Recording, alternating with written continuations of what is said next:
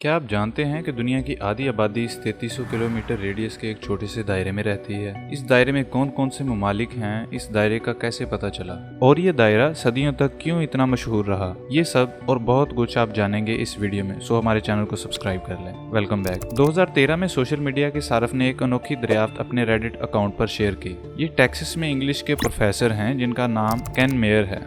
केन ने south China सी को मरकज बनाकर 4000 किलोमीटर के रेडियस पर एक दायरा बनाया, जिसमें चीन, India, Pakistan, Bangladesh, Philippine, Japan जैसे ममालिक शामिल थे। इनके मुताबिक इस दायरे में जितनी आबादी है, इस दायरे से बाहर इससे कम आबादी बस रही है। ये पोस्ट सोशल मीडिया पर वायरल हुई। इनकी इस दरियाफ्त के बाद बड़े बड़े इदारे जैसे वाशिंगटन पोस्ट ने भी इस दरियाफ्त की तायीद की और लंदन स्कूल ऑफ इकोनॉमी के प्रोफेसर डैनी कॉर ने केन मेयर के इस दायरे में चंद इस्लाहात की। इन्होंने इस दायरे का मरकज बर्मा के इलाके मोंगखेत को बनाया। इस इलाके की कुल आबादी 40,000 के करीब है। डैनी कॉर ने इस दायरे का नाम मोंगखेत सर्कल रखा और इस बार इस दायरे का रेडियस कम करके 3300 किलोमीटर रखा। इन इस्लाहात के बाद ये ममालिक इस दायरे में शामिल किए गए। इंडिया में इस वक्त 1 अरब 40 करोड़ के करीब लोग आबाद हैं। चीन में इस वक्त 1.5 अरब के करीब लोग आबाद हैं। पाकिस्तान की मौजूदा आबादी तकरीबन 23 करोड़ से ज़्यादा है। बांग्लादेश की आबादी 17 करोड़ से ज़्यादा है। जापान की आबादी 13 करोड़ के करीब है, जबकि फिलिपाइन में तकरीबन 11 करोड़ से ज़्यादा लोग रहायश पजीर हैं। वियतनाम में 10 करोड़ के करीब की आबादी मौजूद है। कोरियन पेनिनसुला में तकरीबन 8 करोड़ लोग रहते हैं। जावा, सुमात्रा, बोर्निया इन जजीरों पर तकरीबन 22 करोड़ से ज़्यादा लोग आबाद हैं, जबकि सिर्फ जावा में 15 करोड़ के करीब आबादी है, जो रूस की आबादी से भी ज़्यादा है। भारत और चीन की मुश्तरका आबादी 3 अरब के करीब है, जो कि पूरी दुनिया की आबादी का 35% हिस्सा बनता है। इसके अलावा आपको ये जानकर हैरत होगी कि अफ्रीका, यूरोप, नॉर्थ अमेरिका और ऑस्ट्रेलिया की मजमूई आबादी भी भारत और चीन की मुश्तरका आबादी से कम है।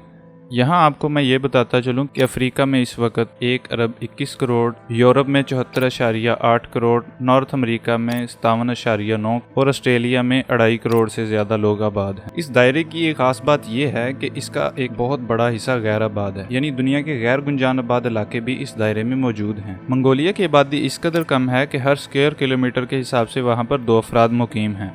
इसके अलावा तिब्बत और शिनचियांग में भी आबादी बहुत कम है। इस मोंगखेत सर्कल में खुश्की से ज़्यादा पानी है, जहां कोई आबादी मौजूद नहीं।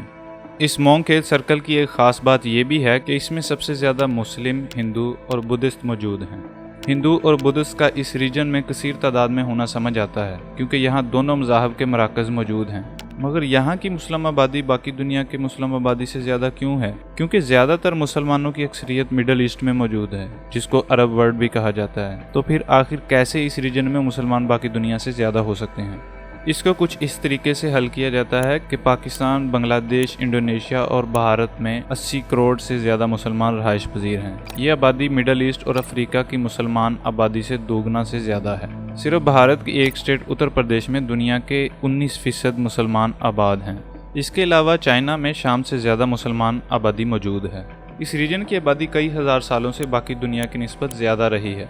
एक रिपोर्ट के मुताबिक 20वीं सदी के शुरू में यूरोप की कुल आबादी एशिया की आबादी का 43% थी और अब ये शरह घटकर 17% रह गई है। 1700 में भारत और चीन में दुनिया की आधी आबादी मौजूद थी, जबकि दोनों ममालिक ने मुश्तरका तौर पर आलमी आबादी में पिछले 3000 सालों में 1 बिलियन अफराद का इजाफा किया है।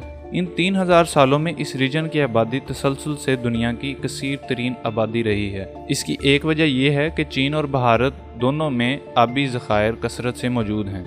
यहाँ बहुत सारे दरिया बहते हैं जो ज़राअत के लिए बहुत बड़ा असासा हैं। भारत दुनिया भर में सबसे ज़्यादा ज़रखेज़ ज़मीन रखता है। चीन इस लिस्ट में चौथे नंबर पर आता है, जबकि रूस दूसरे और यूएस तीसरे नंबर पर आता है। मगर इन दोनों ममालिक में चीन और भारत की तरह ऐसा मौसमी निज़ाम नहीं है कि सारा साल काश्तकारी की जा सके। लिहाजा चीन की आबादी रूस से ज़्यादा है, जिसका नतीजा ज़्यादा काश्तकारी से ज़्यादा खुराक की फराहमी है, जिसकी वजह से ज़्यादा आबादी की नशोनुमा होती है।